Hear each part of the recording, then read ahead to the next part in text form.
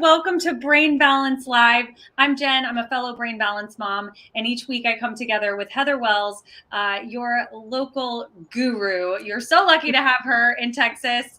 Heather is a therapist, a board-certified cognitive specialist. She's been the National Autism Summit speaker. She's also had the Brain Balance touted by some of the most prestigious entities in the world, say that these programs really do work. Heather, how are you doing today? I'm doing well. I want to hear what was the best part of your holiday weekend. The best part of my holiday weekend was that I felt very accomplished in getting my children things that they needed and wanted, but did not go overboard. We talked about that before the holidays, and you were already on it. I am on it. 'Cause afterwards, I said, wow, that was really fast, wasn't it? And Corey goes, yeah, but they're really happy. It did go fast. They had fewer things this year, but they were all things they really, really wanted and or needed. And then everyone went off and did their own thing with their new stuff, and nobody said like, this wasn't as much this year, or like, I didn't get to, I was really proud of myself for like That's holding back. awesome. Yeah, so that was neat, seeing my kids be grateful for, I don't want to say a ton, but literally fewer things, Yeah, no, that is worth celebrating. And y'all had some of the most awesome pictures. I love them. Yes. We went and visited Santa, and he is quite the handsome gent, that one. And the light show. Wow, that was so pretty. Yeah. How about you? How was your Christmas? It was good. We were talking right before we went live that I actually sort of teared up because I was sharing with Jen and Bess that my mom's birthday was yesterday, and it will be her last. And I had all these friends, after all of the fray of the holidays, exhausted, go out of their way to make my mom's birthday special. She was surrounded by love and chocolate cake and singing and lots of little comfy, cozy things to make her comfortable. And the way people gave up their time and thoughtfulness, it touched me so deeply. I'm going to take that with me forever. I love that you had that beautiful experience. So Merry Christmas and after Christmas, or whatever you celebrated this holiday season, to everybody out there. Today, we are going to be talking about connecting with our teens. So Heather, what's the focus of today's talk? Yeah, if anyone, how was your day? Fine. We're going to do whatever. I don't know. I'm sure that sounds familiar. I don't know. Mm-hmm. We're going to talk about how to break through vague responses, or my teen or my tween seems so negative. They just say no to everything. That's their knee-jerk response. Why does that happen? And what can we do to find workarounds and really build those deep, meaningful, everlasting connections? I love this topic. All right, let's dive in. Yeah, let's dive in. And so we're going to start with some, I guess, quote unquote, easy stuff. Sometimes, quote, right. A lot of things are easier said than done. But sometimes we just need to consider some of the circumstances surrounding it. Maybe there's not anything as deep as some of the other stuff we're going to talk about going on. Sometimes it's a matter of timing. We pick our kids up from school, you've missed them, you want to hear about their day, and they might just be fried and need time to decompress. So have you tried right before dinner, before bedtime? Just play around with it, really look at patterns of when is my child. We all have our own sort of internal clocks of when we're most alert and engaged. And so pick up on those things, play around and try some different timing. Sometimes car time is really good, not necessarily right after school, depending on how the day has gone. Because sometimes kids feel overwhelmed, like, how long is this conversation going to go on? It has nothing to do with love. It's just that we sometimes don't realize how much energy it actually might take for them to think of what happened during the day and to find the words to convey it. Yeah. Or they might be scared. There might be something that happened. They might just need some time. But so that's first and foremost. But car time, it has a more definable beginning and end point. So that sometimes will make kids feel less overwhelmed.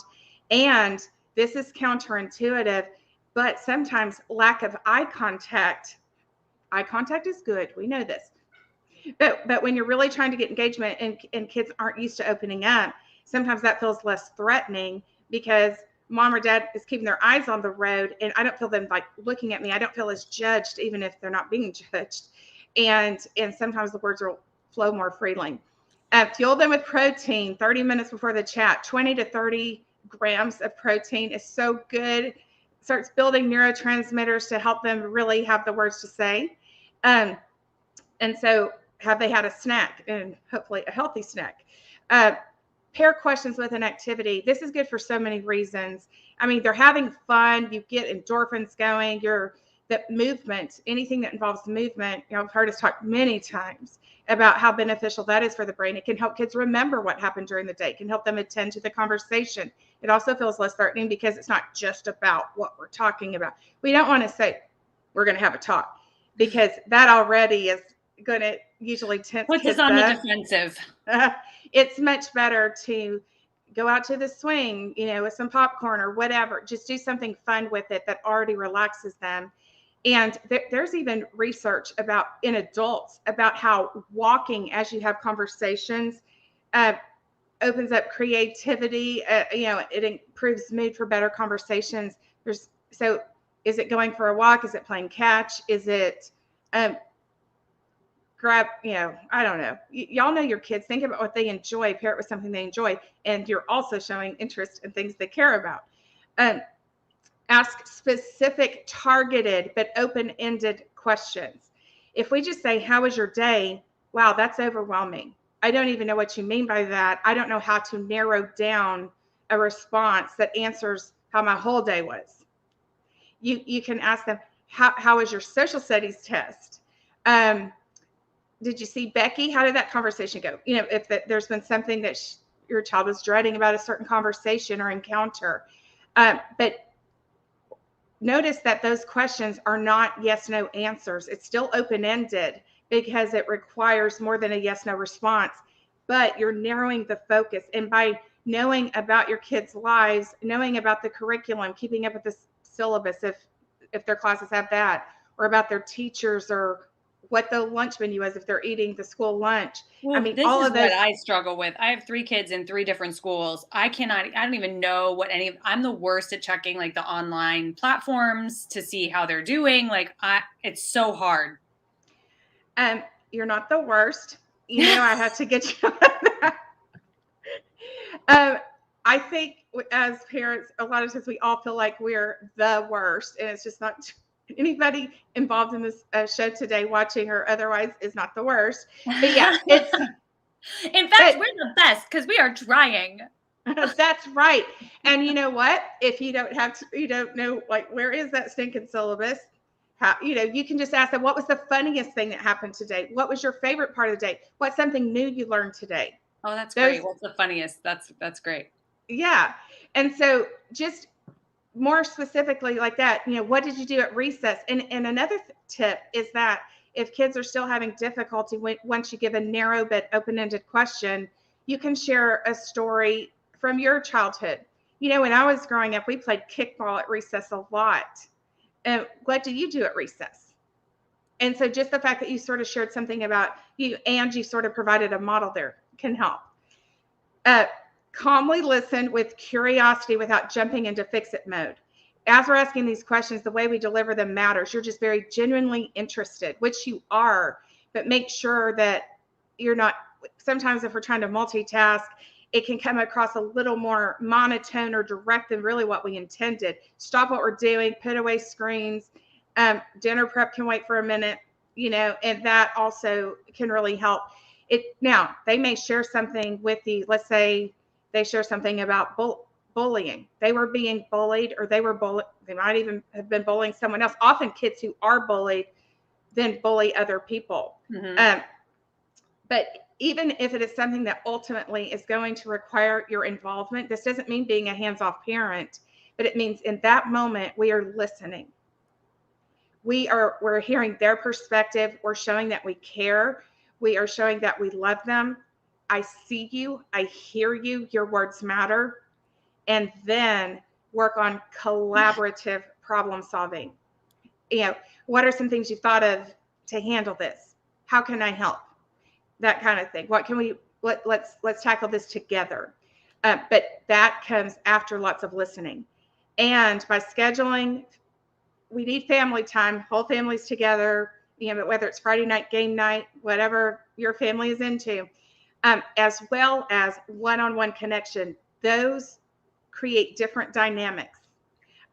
One-on-one, maybe you have a teenage boy who's been vaping and you want to talk to him about it. That's not a conversation you're going to have when you're sitting around the Monopoly table, right? And so it gives you different types of opportunities for engagement, whereas family time can be just connection, having fun.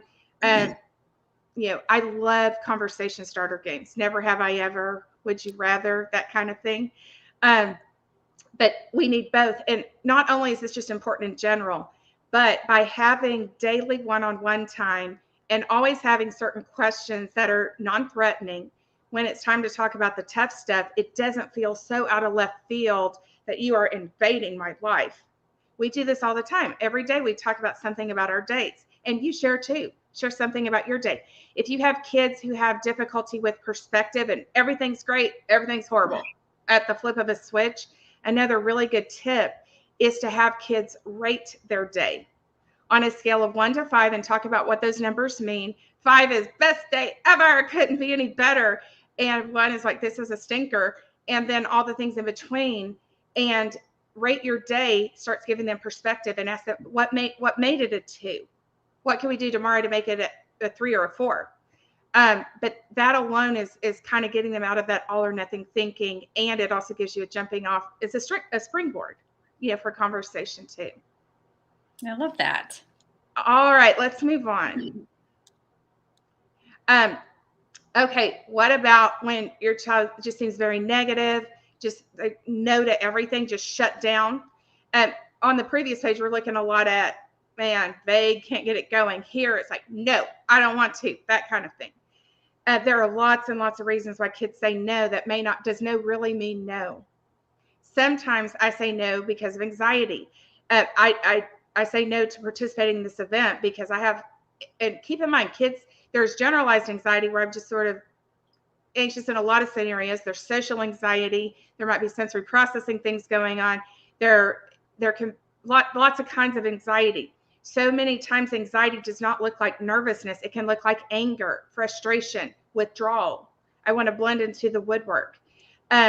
Sometimes I think we know that a lot of times individuals of all ages can have a fear of failure. I'm going to feign apathy on this or negativity toward this because if I try and fail, then I am a failure. Kids have difficulty often separating what they do from who they are. Sometimes kids have a fear of success.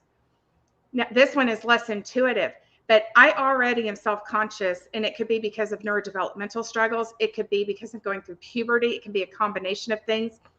But if I already am kind of wanting to pull back because I don't feel very confident. And if I succeed on this, then I just set the bar up here. And that brings on anxiety. Now I have a magnifying glass on me, and now I have to keep that up, and I don't think I can. And boy, I can relate to that. Yeah. And that can so easily, the perfectionistic tendencies of fear of failure or fear of success. And I blew this performance, this test, this whatever out of the park. I killed it in this game. And now if I don't next time, instead, they can't enjoy the moment because what if I don't do that next time? So we also want to pause and teach kids to enjoy the moment and that obviously their worth is not contingent upon performance. Right. Disappointment.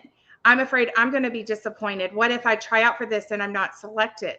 What if I disappoint my parents? We want to make sure that our expectations for our kids, sometimes when we talk about potential, that can be limiting because our kids are not going to be the best at everything, nor do they need to be.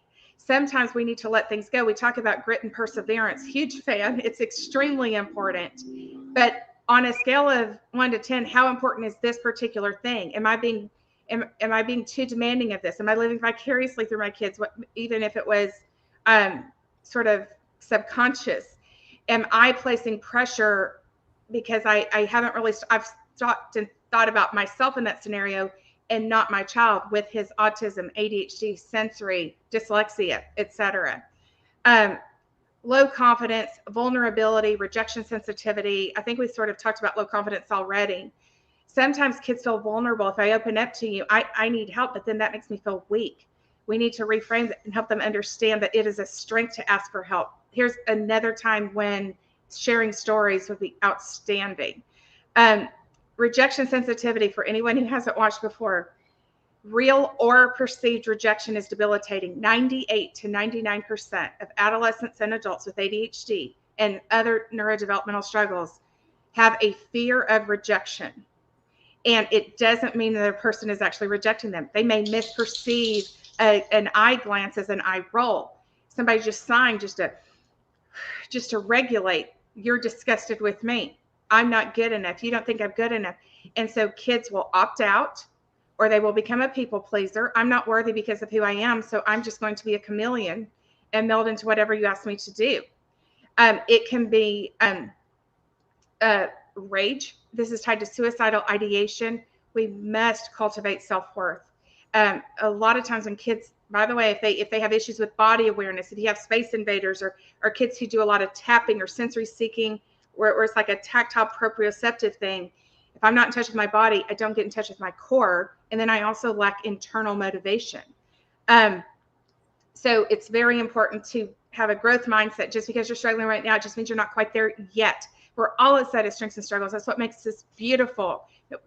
We can grow. Our brains are pliable.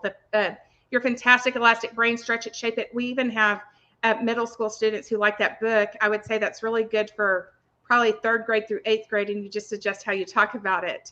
Or The Power of Yet. Those are a couple of good books on that. But make sure we're praising process and perseverance and strategies and creativity. Sometimes objective observation. What made you decide to play that song on the piano?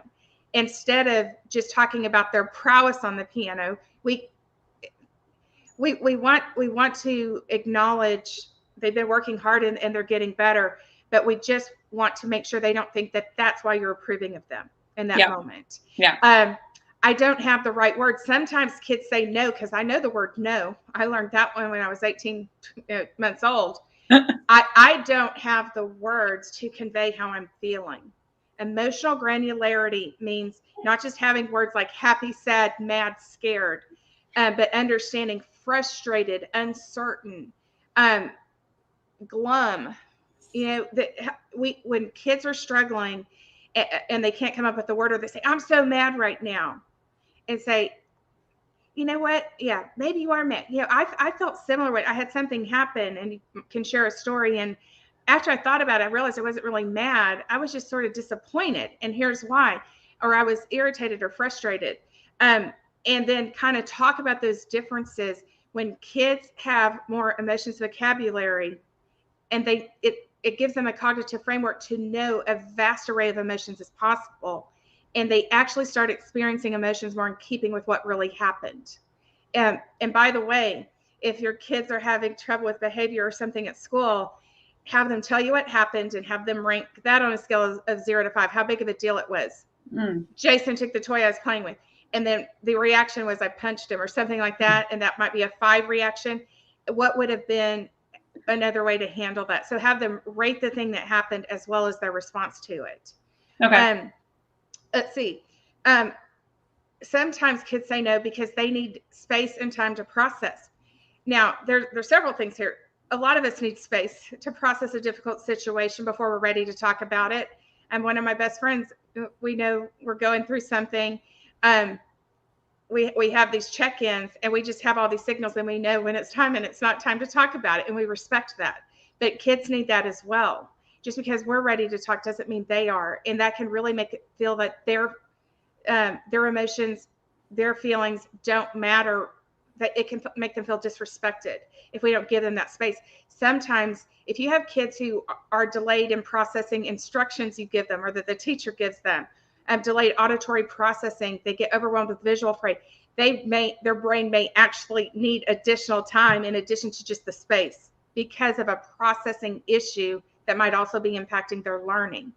Um, I'm struggling and I'm not saying anything, or I'm saying no because I'm embarrassed about it. I don't want you to know I'm struggling. So I just say no, I shut you out. That is a huge sign, especially for tweens and teens. If they are really shutting down, what struggle might they be trying to hide? Um, and sometimes I don't know why. Do y'all remember being a teen? I mean, seriously. Um, sometimes it's hormones. Sometimes there's a fight with my boyfriend or girlfriend. Sometimes I just feel blah, and they need to be allowed that. And so, one good thing to do is if you are doing all these things to get them to open up that we talked about on the previous page, I don't know why. Well, why do you think why do you think it might be? And then they can start talking. And we've talked about the 5 whys. Well, I think it's because I'm really anxious about midterms. Well, why do you think you're anxious about them? Go 5 layers deep, and then you get to the real deal. And just by asking those questions, I don't know. The best thing you say is, well, why do you think it is? That is the key to opening it up. And then you can go layers deep and get to it. And they start understanding themselves better, and you know how to support them. Love that. All right, let's move on. Okay, now this one gets deep. Sometimes triggers from past traumas can result in knee-jerk responses on the part of our kids or us. Okay, now if any of you have been through a difficult romantic relationship, and maybe the person was condescending, and then your child is talking to you in a way that is disrespectful, it's really good to think about. These are just the feelings that I have listed here are just some of the many. This is not all inclusive, just to get your brain thinking about, is it possible that, and if it is, it makes you a human. Is it possible that some of your responses to your teen doesn't mean that they're doing everything right, obviously, but we always want to look at what's our part in this. Is it possible that I am having an over response to something they're doing because I am feeling disrespected or controlled, just like I did in this other relationship? Sometimes we think that, okay, I had someone who didn't treat me well in a relationship, and so that might apply to the next romantic relationship I have, but it could apply to friendships. It can apply to how we interact with our kids too. And so it's important to think about, if I would log, what are the things that get under my skin the most, or that are the most likely to lead to blow-ups when I'm talking to my kids, and look for patterns in those. It is when they say this. It is when they do this. And then reflect on why does that bother me so much? This is not a shaming question. You have a right for it to bother you. You are entitled to your emotions. So this is not about you shouldn't feel that way. There's no should and shouldn't here. This is about you seeking understanding. And then once you identify those triggers, it can really help you realize, is that really what my son or daughter was trying to do when they said that or did that? And we want to give the benefit of the doubt, if at all possible. Here's the I want to compare. Yeah, I want to know how we create boundaries in regards to this, because this actually hits quite close to home with me, because quite often in this house, for myself and for my husband, it's, well, he gets away with talking to you like that when you don't come down on him for it, and it's like, I don't know how to draw my boundaries even with my child and teach him the lesson. Like, you can't talk to people like that. I will love you forever, but like, people will not stay if you treat them like that, Right. And so there's several things here. Like, when a child is speaking disrespectfully to a parent, that is not okay. Period. End of story. And so we've got to teach those things, and we've got to help them understand, what do you think would happen if you talk to, and you could name some pals they hang out with or something like that.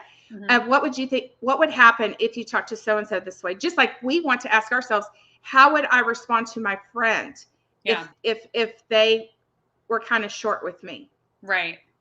Now, naturally, those wouldn't be exactly the same answer, because you're the parent versus we all wear different hats. Right. But sometimes mixture of if my BFF talks to me this way, a little sprinkle of that in with how I talk to my kid could be helpful. Why do I think it's okay to talk to my kids this way and not to my coworker? I would never do that with my coworker.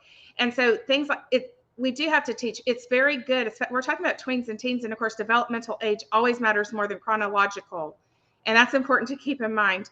But ask them instead of when possible. We have to fill in blanks that they can't fill in, but prompt them. What do you think would happen if you talked to Joey that way? Do you think he would keep being your friend? Yeah, really? And then you can kind of call them on it. You can also, reading social emotional books can really be helpful where there are conflicts, and you talk about, what do you think about how so and so handled this? Was it right that what he said, or how, why or why not? What would you do differently? Because when you're reading books about this stuff, it takes the emotion and the defensiveness out of it, and they can use their logical, objective brain to look at a separate situation that they then ultimately will use in their personal lives. If you do this consistently, dialogic reading with books is very important. Dialogue, not just reading the book, but talking about problems and solutions and other workarounds and dynamics, and how do you think that made that person feel? That kind of thing. But another thing that's important to delineate here is there are triggers, like I'm having an over response to this because it is taking me back. I am feeling the pain from this other situation and the current one, and then it multiplies. Or if it happens repeatedly, individuals with rejection sensitivity might feel some of these things not because of a trigger, but because of the rejection sensitivity. So, for example, you're like, hey, honey, I just wanted to, and this could be for your spouse or anybody, I just want to remind you to please take out the trash. You're sitting here just thinking, I'm being helpful. It has been a frenetic weekend. And wow, we have extra trash and recyclables this week. And we have a household of 5 or 6, and we got to get this cleared out. So we're good to go for next week. And if your spouse has rejection sensitivity, they might hear, you are so irresponsible. I have to remind you to do this stuff. Not even close to the delivery or to the intent or anything that you actually said. And so think if you do have any triggers, this is another way to help you understand if you have kids with rejection sensitivity. You might respond because of triggers the same way your kids might respond, or your spouse or yourself, because of rejection sensitivity. They actually can look the same, but it's important to know where they're coming from. Now, because kids with neurodevelopmental struggles, I've showed this before, but experts estimate that kids with ADHD, by the time they are 12, have heard 20,000 more negative messages than their neurotypical peers. Yeah. So they can be triggered and have rejection sensitivity, right? Yeah. Yeah. And so sometimes when kids respond, they are not just responding to what you said, they are also responding to all of the rejection they have felt their entire life. And they are not dreaming it up, and they are not dramatizing that. They have likely been called, or it's been implied maybe, that they are lazy, the problem child, apathetic, unmotivated. If only you would have tried yourself, you should do this. Why can't you be more like your brother? Some of those shaming things we talked about from previous shows. We want to really try to eliminate should statements. I mean, there's a time and a place for that word. We all are going to use it sometimes, but not should in a shaming way. What other word can we use?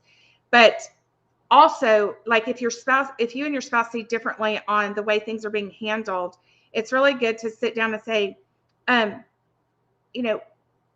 it really seems to bother you the way I handle when our son is being disrespectful to me, and tell me why you feel so strongly about that. And then I also want to share why I handle it that way. And so just having that open dialogue, sometimes there might be some trick, well, I wasn't allowed to take up for myself in my own household. And so sometimes it's I was a doormat growing up, and then I see my spouse being a doormat, and then I feel very protective of that.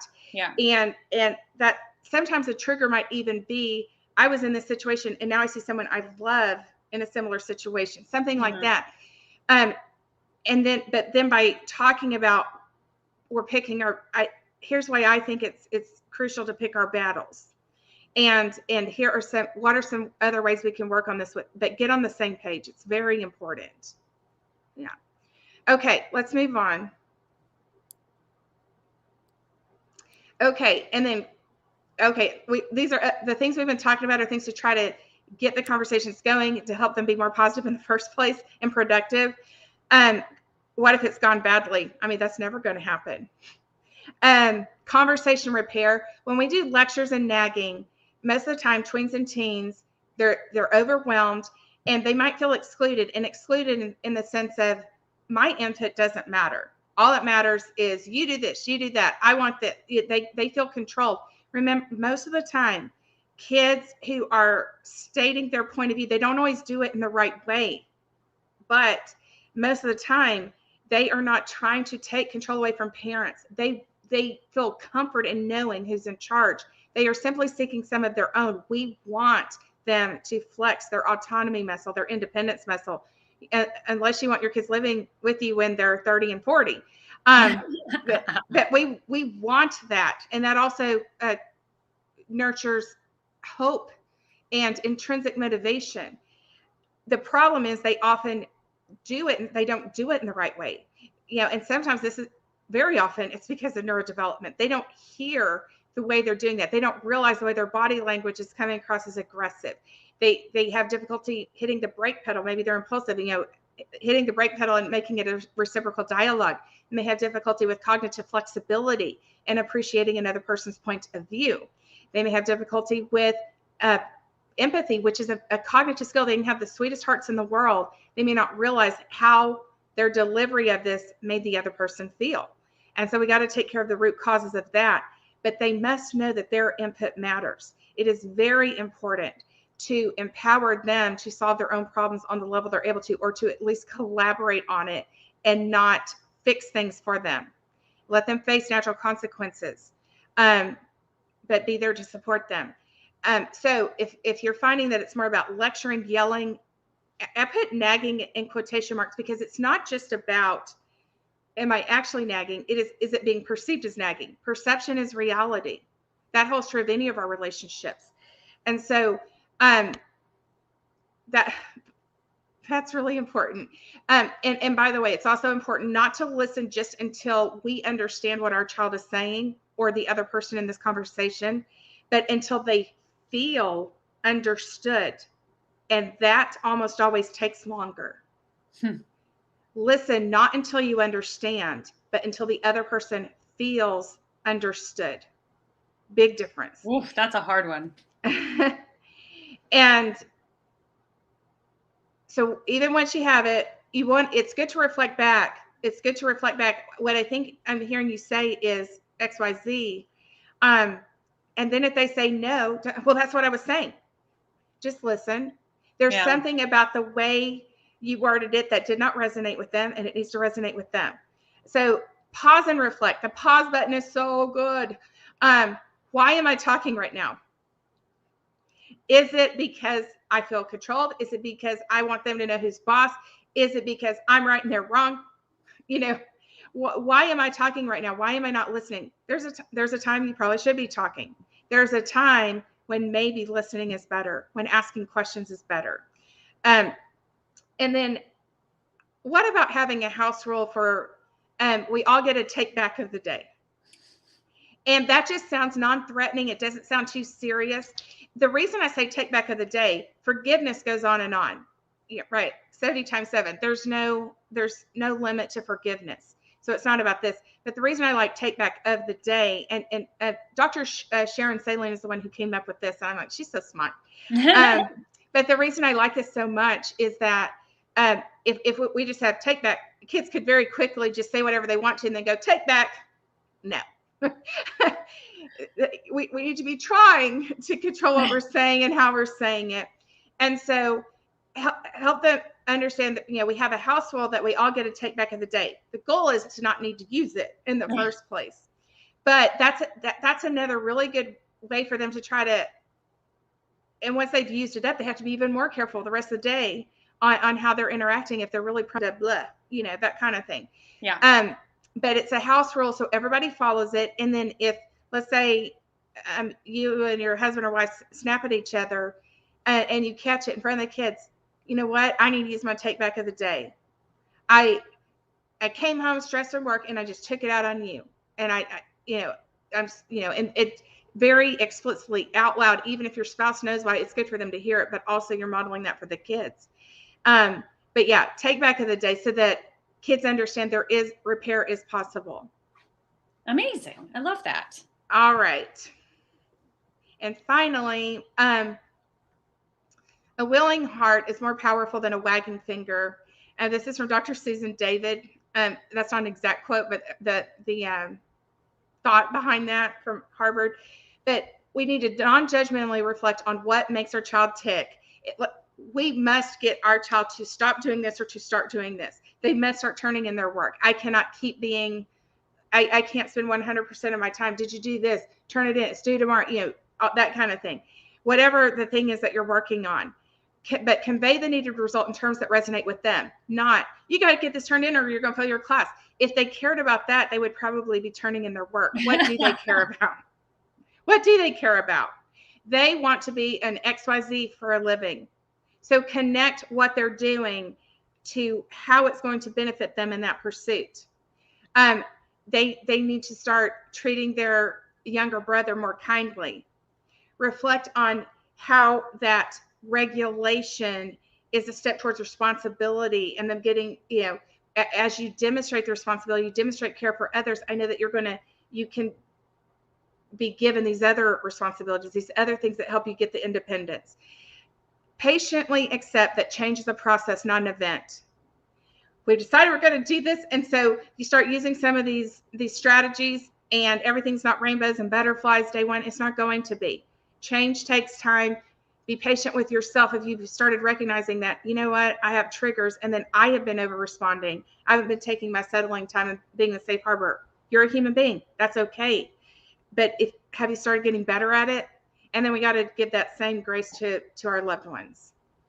That's a tough one too. I'm definitely guilty of being way too hard on myself. And yes, I think so many of us are. When we show grace to ourselves, we are modeling that for our kids. Our kids, even if we don't say it out loud to them, they can see us beating ourselves up. And unfortunately, so many times kids do what we do, not what we say. Yeah. So think about just very simple things, like even if you do something silly, you're like, oh, that was so dumb. Why did I do that? What is the self-talk that you might be saying out loud, or the actions that convey those types of sentiments toward yourself? Yeah. Your kids will model that. And even more so if they're already struggling with neurodevelopmental issues. All such good advice, Heather. We've got one more slide here, I think. Yes, this is all of the places where you can touch base with Heather. If you need an assessment, if a child that you know needs an assessment, call any one of these numbers that's closest to your home, and you will get in there and get the help that you so much need and deserve. And of course, follow Heather at her, there's Hidden Churn there on Facebook. She's also on Instagram. Do you have any other lives this week, Heather? Brian and Brittany, his wife, took off from last Thursday until next Monday. So no. Big, long vacation. I love that. We all need a little more vacation, I think. Yes, absolutely. No, I'm so happy for them. They're like, time to recharge. I'm glad they're doing that. I love it. Any questions that you have, drop them in the comments. We will always answer them. Heather gets back to everybody that asks questions, and who knows, it might spur a new topic. So until next week, we will see you next time. Bye, Heather. Bye, Jen. Bye, everyone. Have a